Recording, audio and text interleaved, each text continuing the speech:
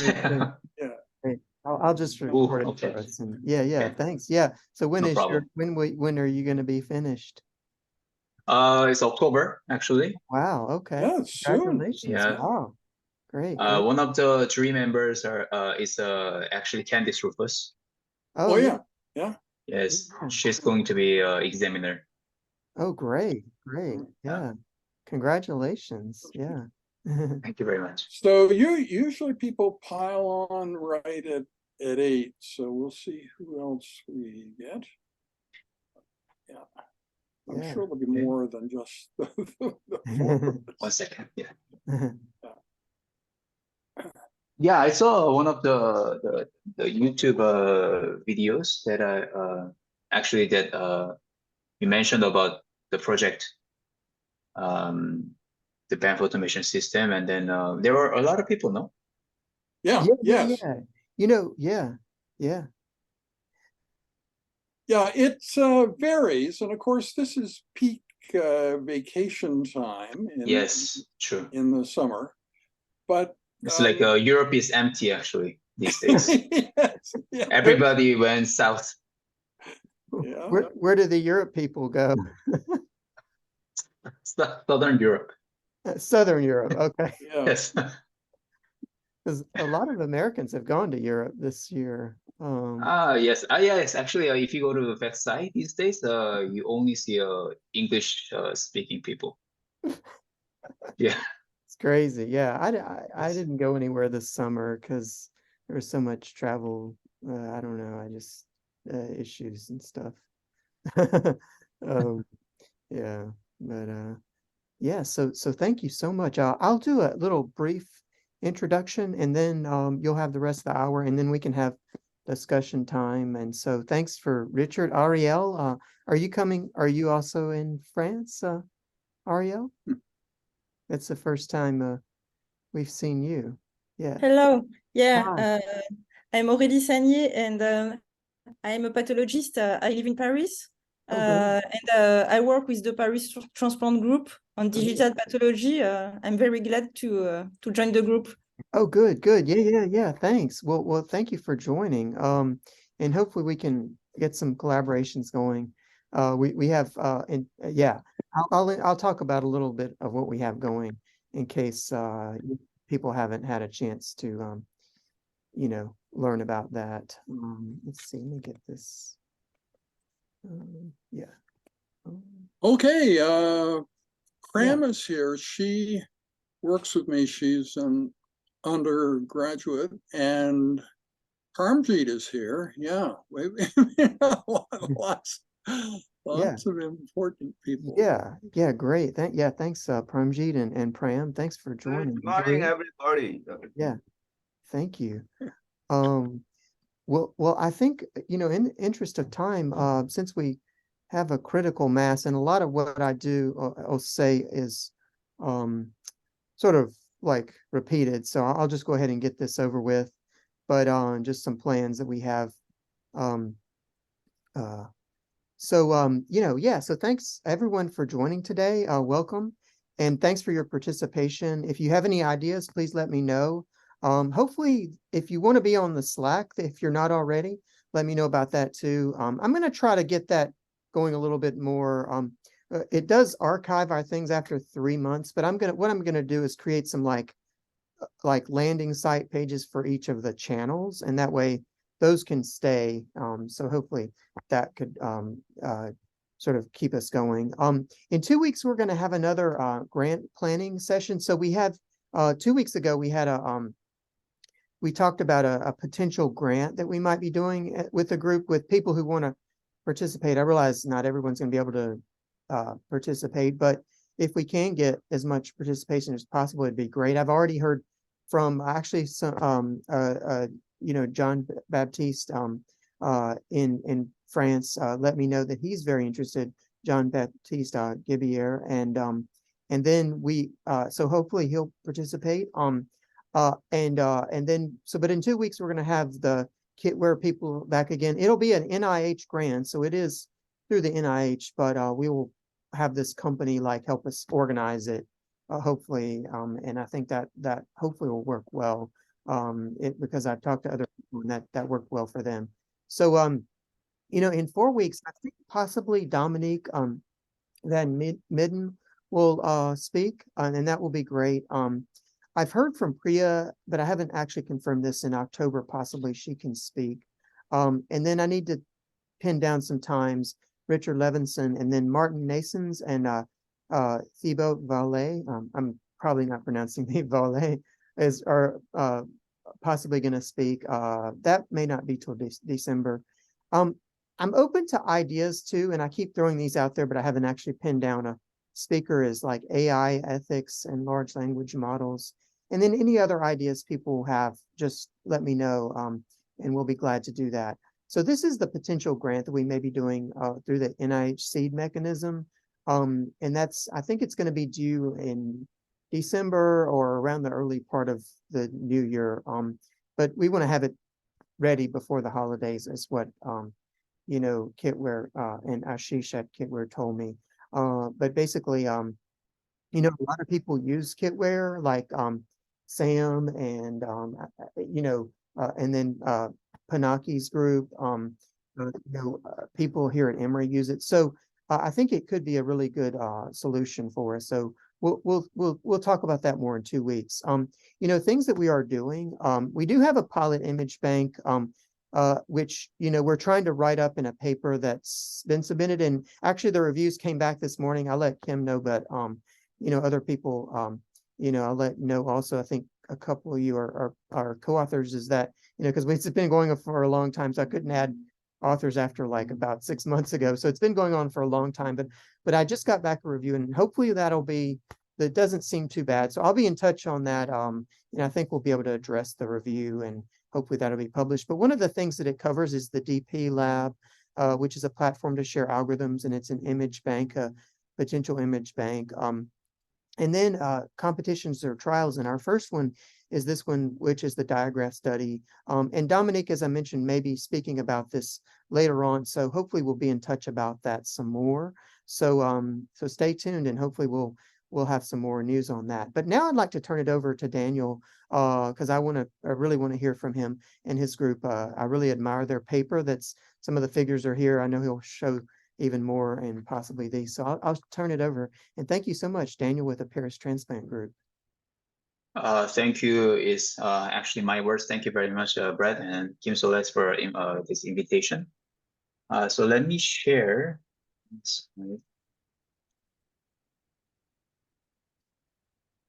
Okay.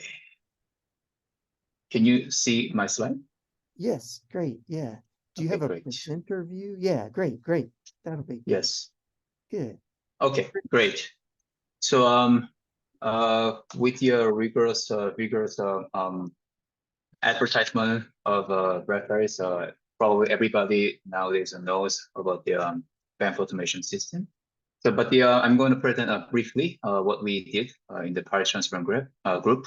So the title of the paper is an automated histological classification system for precision diagnostics of kidney allografts, aka known as a Banff automation system.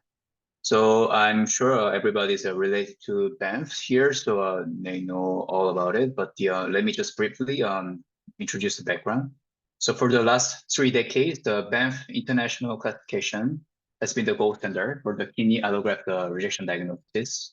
However, in the era of precision medicine is very important with the integration of multimodal data.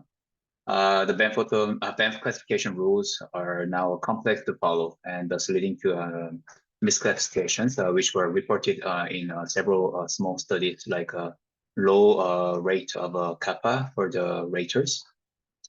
So that's why the worldwide transplant societies, and also during the congresses, they appealed for a comprehensive and reproducible classification, some kind of system to standardize and reclassify diagnosis, like digital pathology. And it might help decision-making in routine clinical practice and provide reliable histology-based endpoints in next-generation clinical trials. I just want to let you know that this is not the Banff automation system is not the only way, of course not. There are many other possible ways, like for example, using genomics, and also using digital pathology is of course different, but using genomics, and also maybe I remember Martin Nessens talked about the unsupervised machine learning during the last Banff meeting. I wasn't there, but I saw the video. Thanks to the uploading, please. And then also, so for this study, we hypothesized that automation of the classification could address this somewhat unmet need is in the between nowadays and in the future of a more simplified or more thorough way of precision medicine. So this Banff automation system was to bridge these two. So these we had two aims of the study. If you separate this study into, so the first was a development, so integrate and decode all published Banff rules and develop a computer-based application. So this is the development of the Banff automation system. And then second is the validation of this system. Its ability to reclassify and risk stratify rejection diagnosis in multi-center core studies and clinical trials. So first, the study design of the development of the Banff automation system. So we first gathered the consortium that included data scientists like myself, and then also the nephrologists and pathologists and like other physicians like interns also. So we try to decipher the Banff classification rules as simple as possible. Because I'm not a pathologist or neither a nephrologist, so they try to explain everything as easy as possible as like a pseudocode, so that I can understand it with the computer code, right? So we did all the published Banff papers, but the most important thing is, of course, the most recent 2019 paper. Then with a lot of feedback, I developed the Banff automation system, and then we deployed to online. So it's a web application. Of course, with that web application, we also gathered a lot of feedback and then enhanced it and then corrected it many times, and then for some like recommendations for the more correct Banff suggestions, etc. And then, of course, it gives you some kind of diagnosis and then some kind of diagnostic tree as a visualization, but also it gives you reports with the PDF and Excel files. I'm going to show you a little bit later. So the Banff, to engineer the Banff automation system, we used the statistical software RStudio. Many of you at least heard of it. And also for data, I used RShiny. This is like a web application, interactive web application, so that I can use it with R. It's actually my specialty. And then also to document automated PDF reports, we use the R Markdown. And to generate a diagnostic tree visualization, which is shown here, we use the collapsible tree HTML widget. And in the end, we wrote more than 2,000 lines of code to engineer the Banff automation system to cover the exhaustive Banff 2019 scenarios.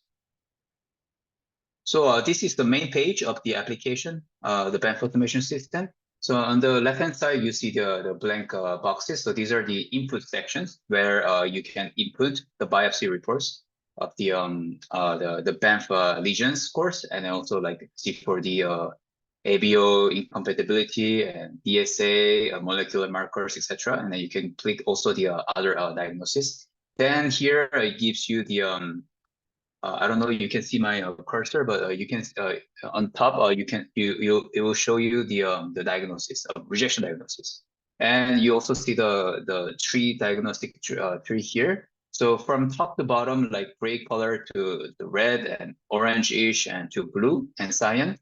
So these are all the individual classification category. So gray is the C4D staining without evidence of rejection, and then red is active AMR, and then chronic active AMR, and chronic inactive TCMR, etc. And when there's no rejection diagnosis, then it gives you just a blank, everything blank without any color.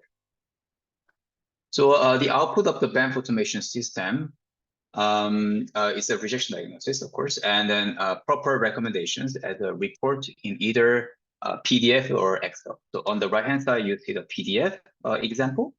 It gives you some Banff scores and the diagnosis and date of today and the date of transplant, biopsy, etc. And it also able to handle multiple inputs at the same time. Multiple inputs, you mean like multiple biopsy. And also it can, so it means that also it can assess hundreds of biopsies within a couple of seconds.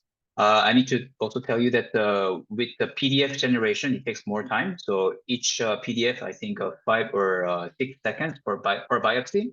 But for Excel sheet, it can compute hundreds of biopsies within a second. So if you just need data input and data output, then it's pretty fast. One example here is the AMR. So it shows you the on the box. It is the AMR, active AMR, and no evidence of TCMR, no IFTA, no PVN, and then you wonder right after you receive this information of the rejection diagnosis by the system, you wonder why the system thinks in this way. Why is this decision made, right? Maybe you're not persuaded. I mean, many doctors, clinicians, or they should be, but they're not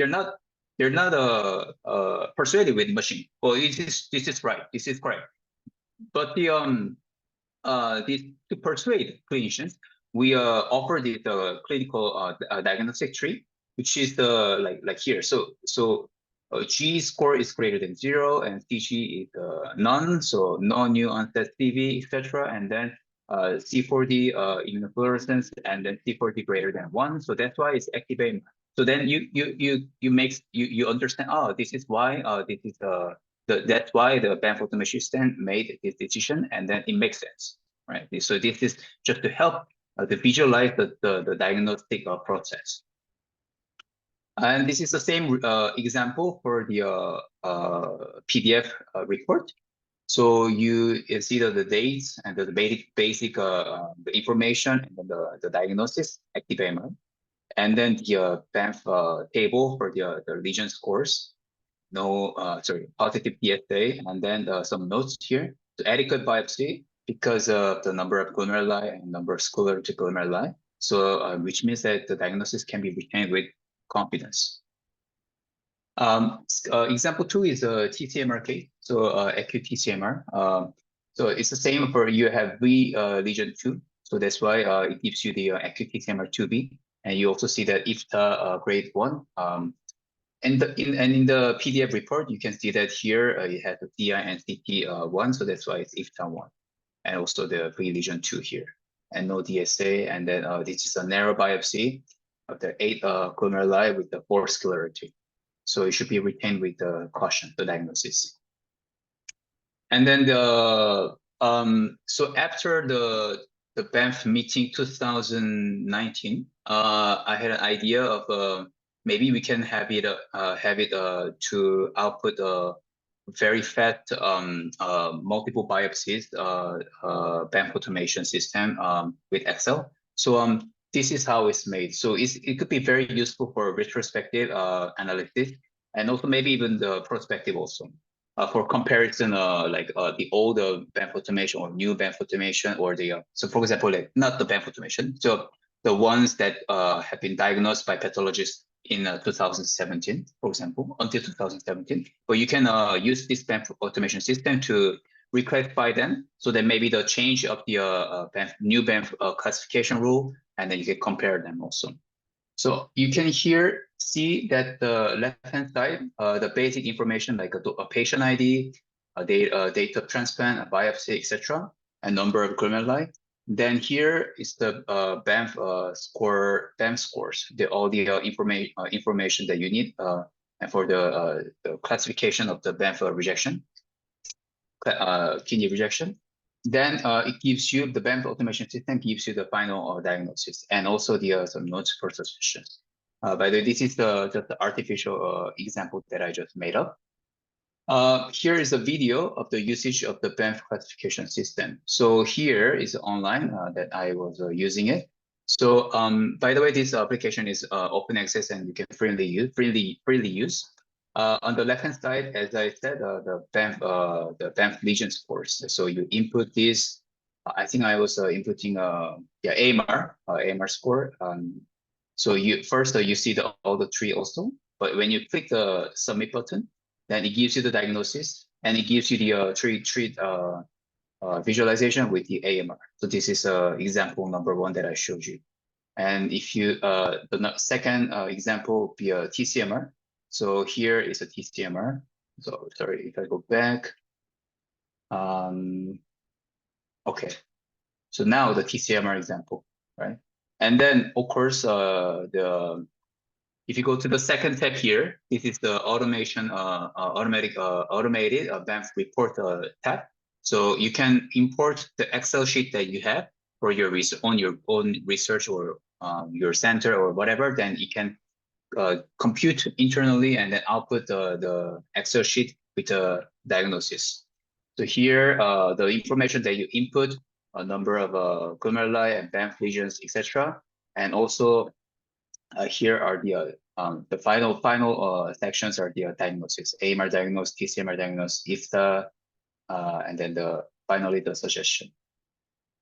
Okay, the second part of the project was the validation part.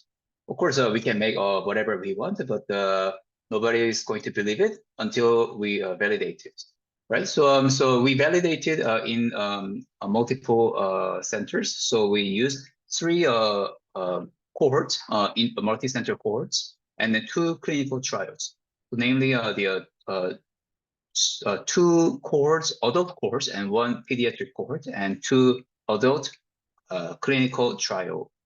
So the clinical trials are the European course, KTD enough court, and the U-Train.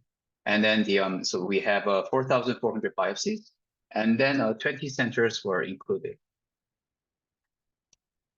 In the result, the reclassification was done. So this is the only rejection related diagnosis occurred because it's a Banff classification.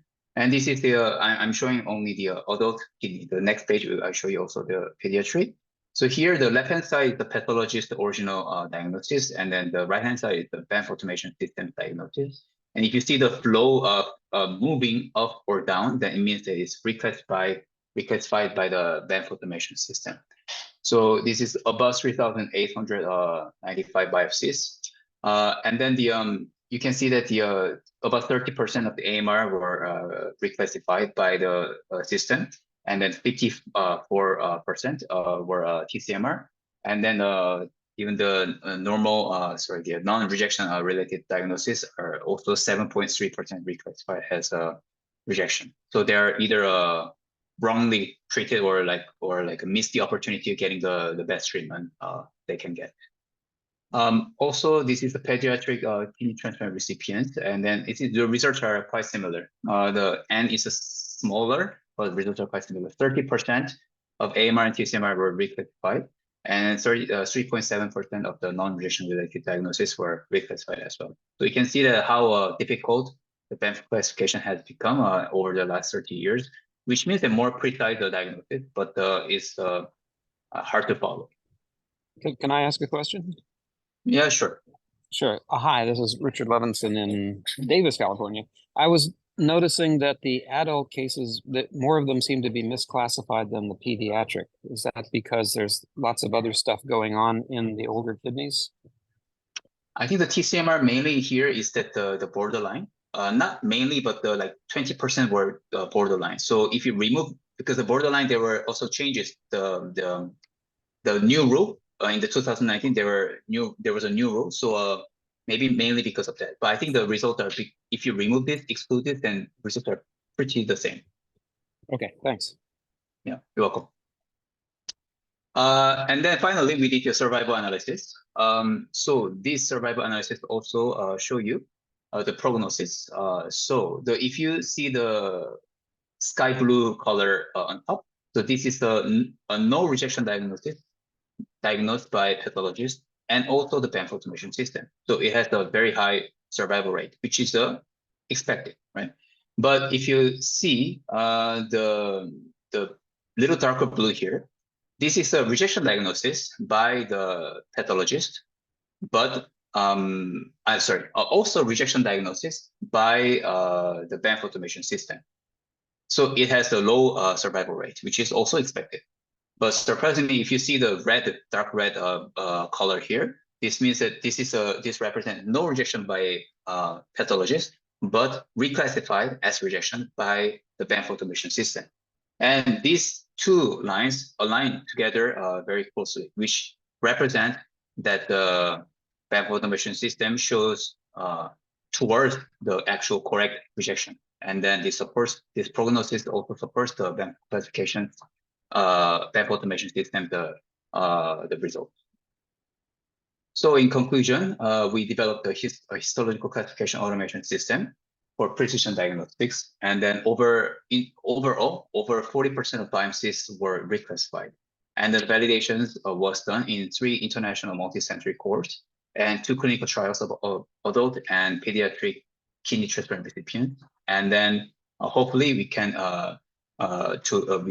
improve medical care of kidney transplant recipients and standardize surrogate endpoint in clinical trials.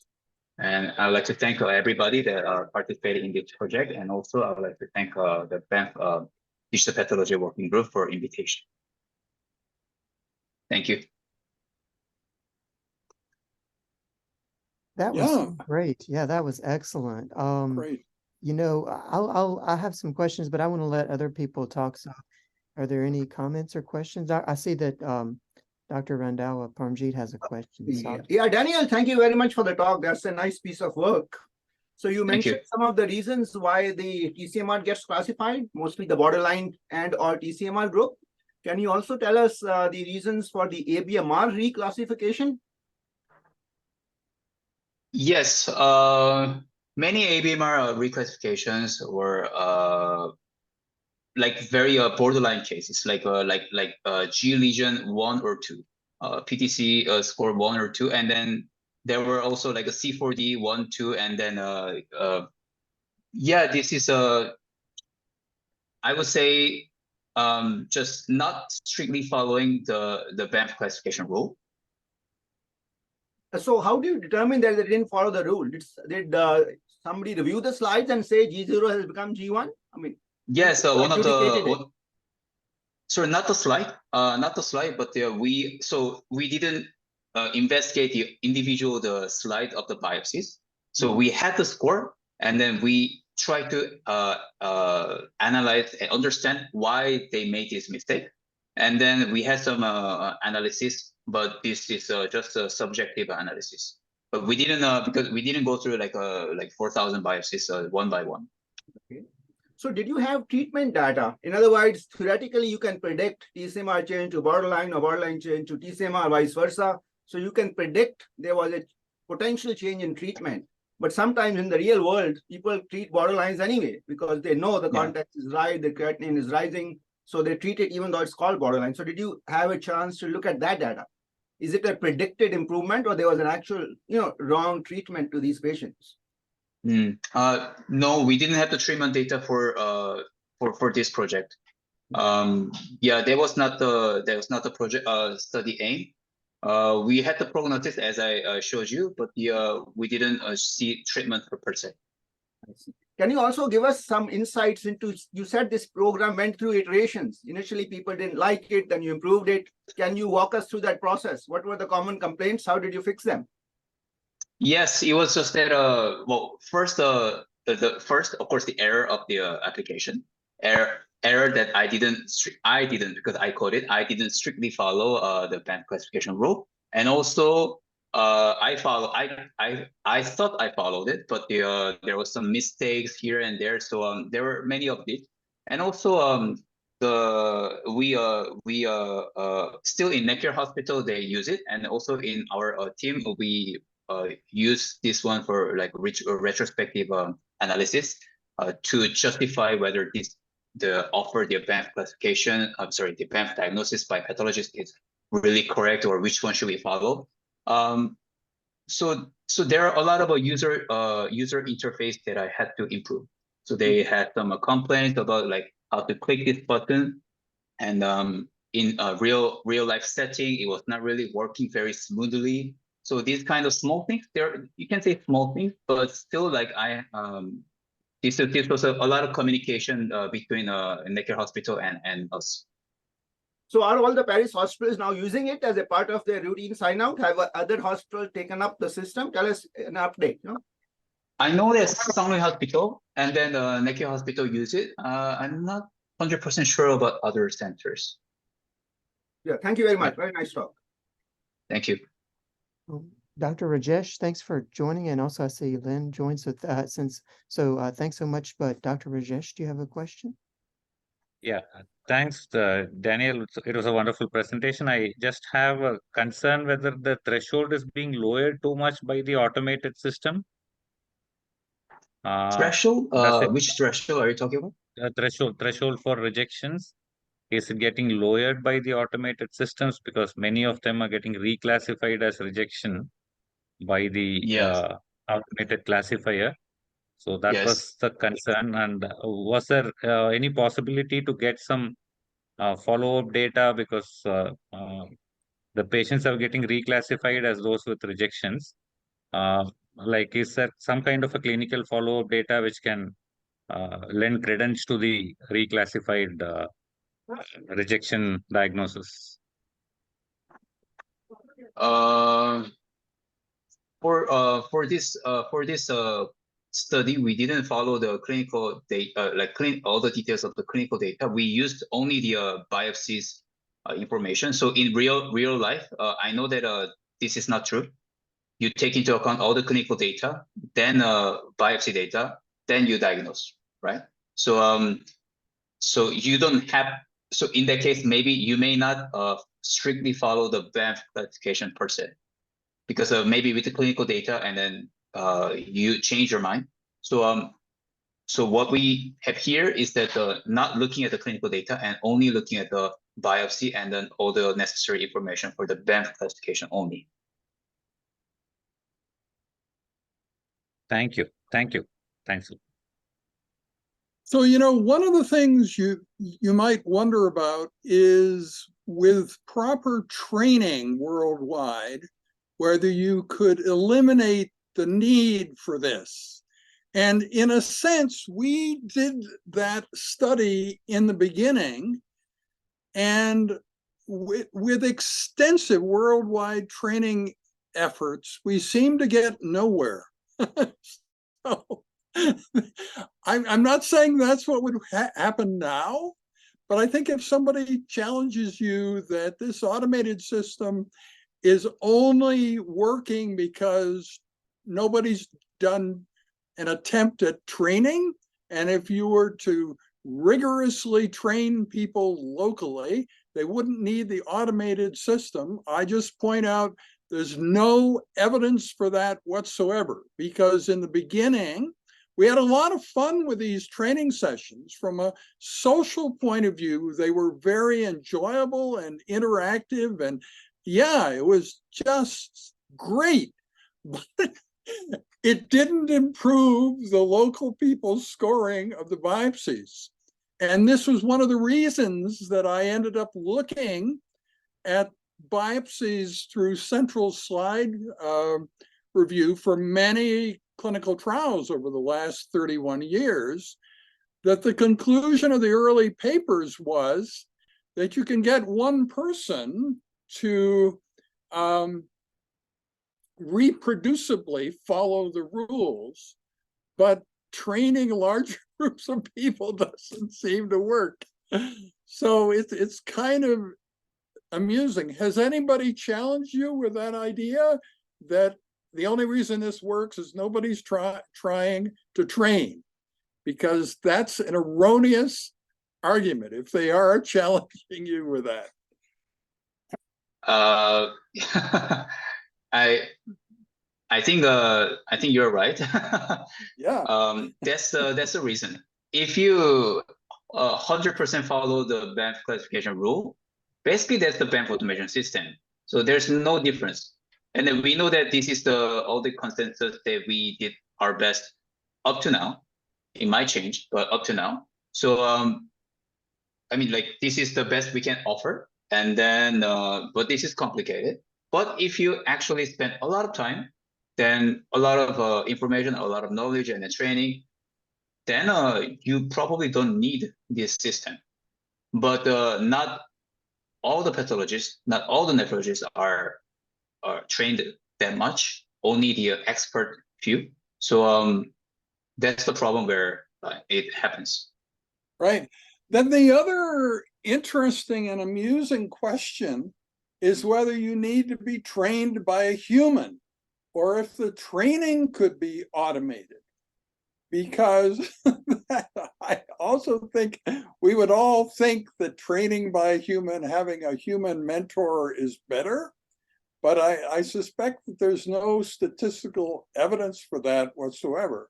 So you could probably, you yourself could create a trainer program based on this automated system. And it might be without any human contact whatsoever that the training system you created from this automated system would have a significant effect, but there are no human beings in the loop there, you know?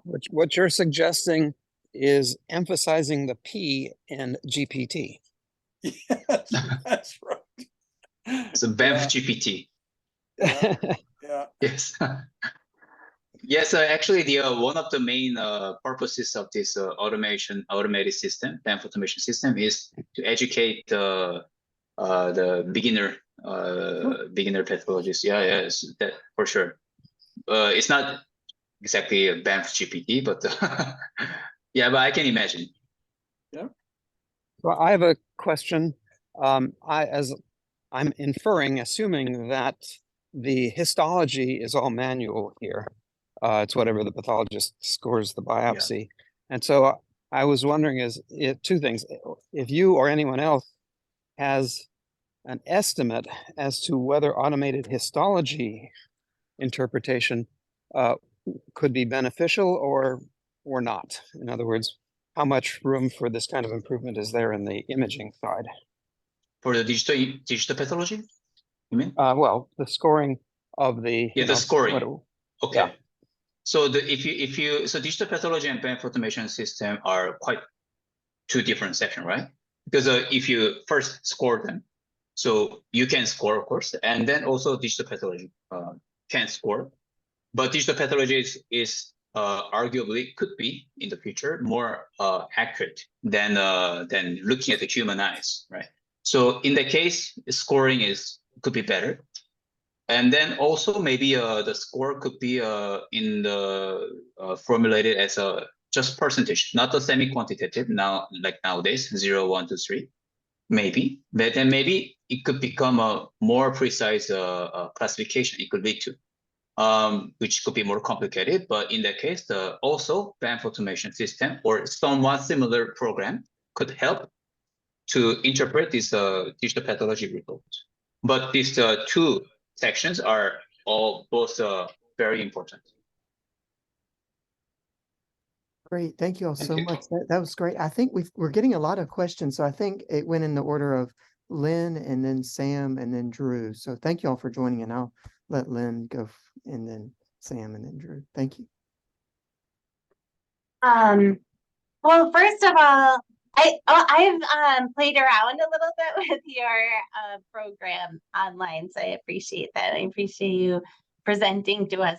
I just wanted to say a few things. One thing that's really advantageous about this kind of a system is that, one of the criticisms of the Banff schema that we found in a survey from our antibody-mediated injury highly sensitized work group is that one of the criticisms is that the Banff schema changes too frequently and people don't know what to call different things. So you've accounted for that, and you mentioned that some biopsies had changed categories and everything.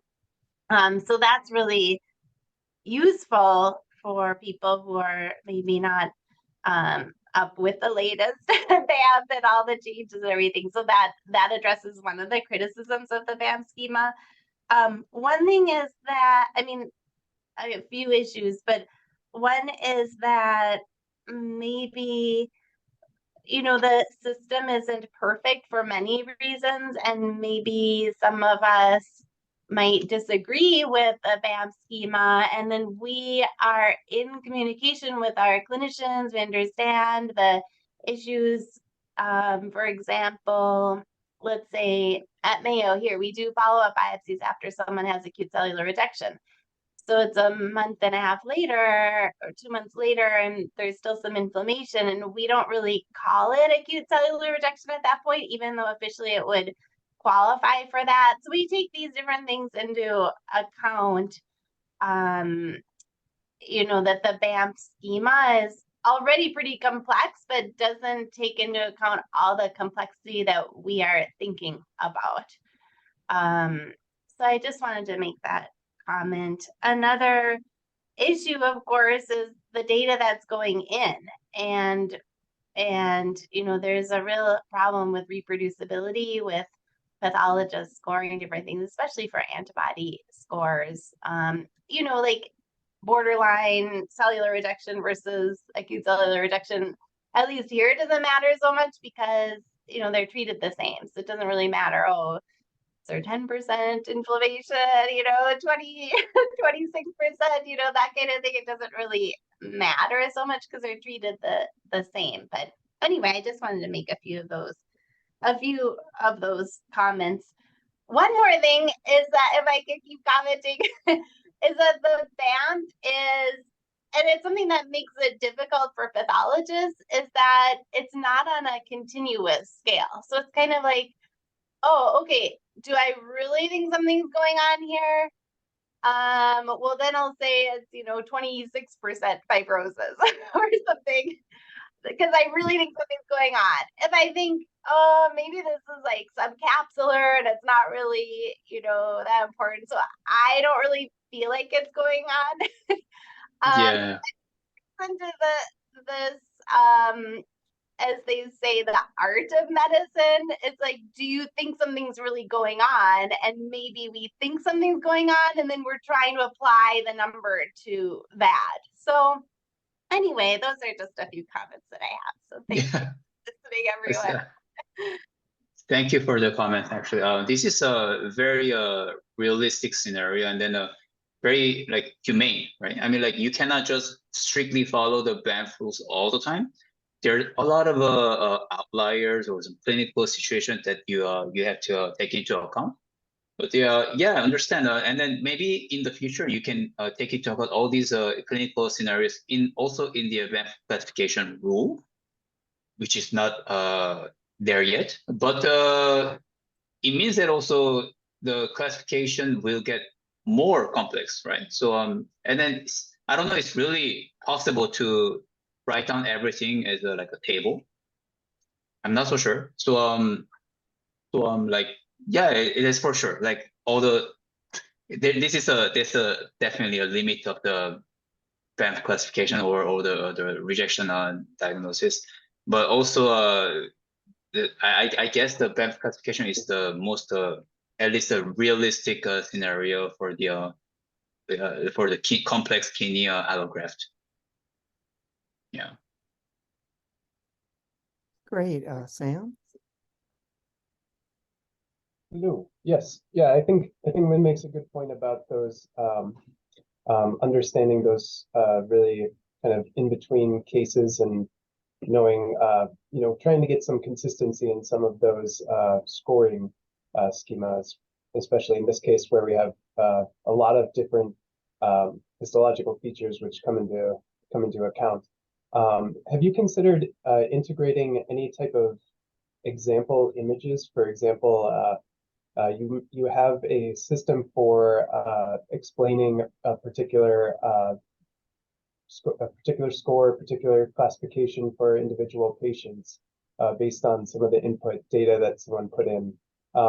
Would you consider adding maybe an example like, oh, they marked this particular lesion, and here's an example image of what that looks like? Do you think that would provide additional value to your tool? For more descriptive and then more educational also, like to show all the information. Yeah, exactly. Well, yeah, it's possible definitely. But the information we retrieve for the Banff classification, we don't have those data, right? Because we only could take into account the biopsy. Most of them are biopsy. We don't see the image and then decide according to Banff classification. So that's why we didn't use them. We didn't show anything about this. In the report, we had like a data biopsy, a data transplant, etc., and number of glomeruli. So these are the ones that we showed, and then also these are also the information that because of the number of glomeruli is low, you need to take into account. This is not really the diagnosis could be with caution, right? Consider as with caution. But also all the I mean, this is open access, and we didn't want to people to use a very sensitive data as well. So that's why we didn't include all the input section with like names of the patients, age of the patient, etc. And images also. So yeah, that's why we wanted to make it as simple as possible, which was also complicated, but yes. So the central repository on the Banff Foundation website has pictures of all these things and is supposed to be the place to go for that information. Yeah. Great. Thanks a lot. Well, Drew, would you like? Thanks. Yeah, thank you, Daniel. Very good work. So I think my question sort of builds off of what Lynn and Sam and Richard had kind of kicked off with respect to digital algorithms or AI approaches. And so the Banff component system, or the scoring system, there's sort of two parts, right? There's the estimation phase of what actual feeder component makes up a Banff component score, right? So if it's 10% inflammation versus 26, you go from a 0 to an I1.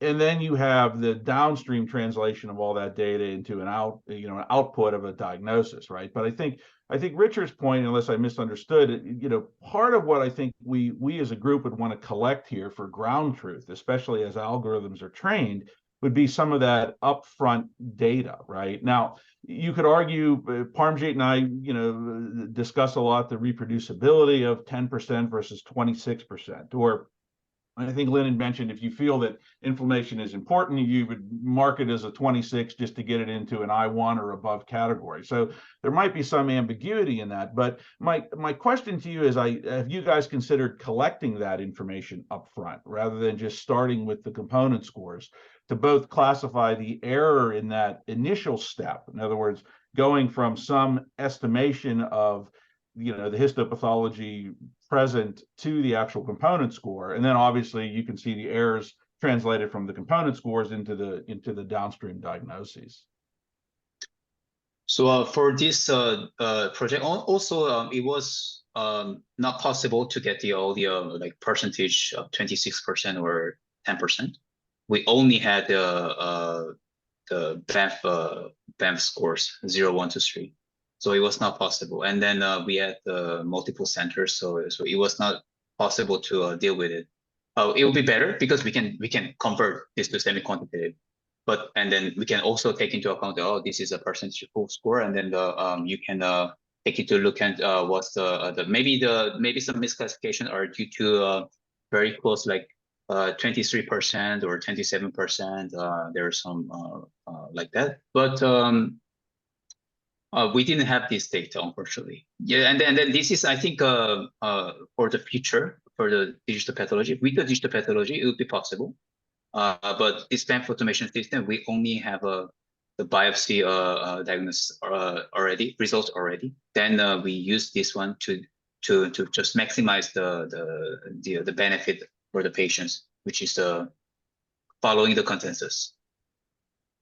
Gotcha. No, thank you. No, I mean, I think it falls on to Richard's point, is that when you start looking at algorithmic ways to do this, machine vision, I think that those components, not only the component scores but the feeder scores into those, become I think critical to that endeavor, because now you're trying to decide if you have a small focus or multiple small foci of tubulitis, how does that ultimately translate and affect the downstream, results? And then that obviously will play into the ground truth that we feed into AI-based, automated reading, if you want to use those words, of the digital pathology scan of a kidney versus a human interpreting it.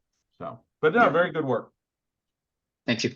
So I just wanted to follow up on that. So the flip side is using AI to actually generate a not necessarily a Banff score, but some other clinically meaningful guide to the clinicians based on all of the data that you put in. I'm assuming that what you've got there is some kind of algorithmic, non-machine learning based, based interpretation. What happens if you dump it into a black box CNN?